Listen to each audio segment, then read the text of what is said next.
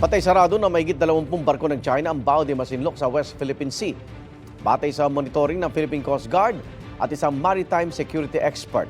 Ang isa sa mga barko ng Chinese Navy warship nag-radio challenge sa PCG aircraft na nagpapatrolya kahapon sa lugar. May unang balita si Jonathan Andal.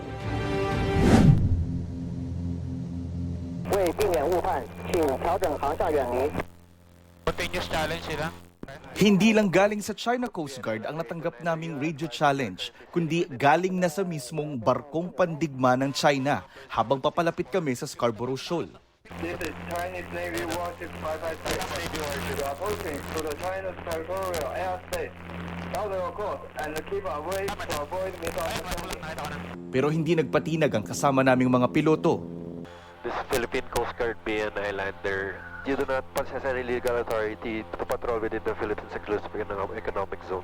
Ang misyon ng Philippine Coast Guard magpatrolya sa Baho de Masinloc o Scarborough Shoal. Hindi pa man kami nakalalapit doon, nagpakita na ng puwersa ang China. May nakita na kami rito mga barko ng China Coast Guard, pero meron din kaming nakitang mga barkong pandigma ng China na nakadeploy dito. Sa atin naman, sa Pilipinas, meron tayong barko ng Philippine Coast Guard na nandito. Maya-maya pa, may lumilipad na ring chopper mula sa panig ng China. May chopper, sir. May chopper na lumilipad dito. Mukhang galing doon sa barkong pandigma ng China. Ang mga tagpong ito nangyari 100 nautical miles o 180 kilometers mula sa coastline ng Iba, Zambales.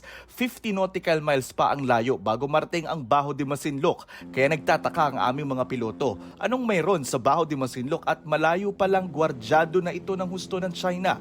Para malaman lumipad kami sa bukana ng Masinloc. Wala naman kaming nakitang kakaibang aktibidad pero may isang Chinese maritime militia vessel ang nakapwesto sa bukana.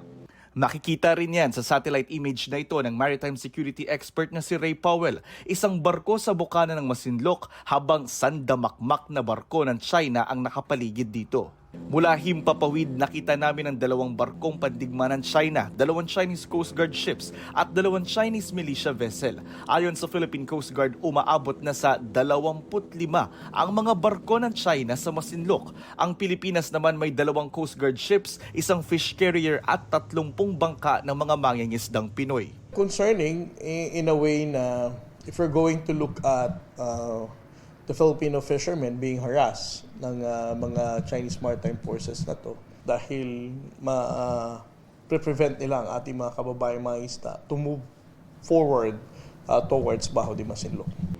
Yan ang unang balita sa West Philippine Sea. Jonathan Andal para sa GMA Integrated News.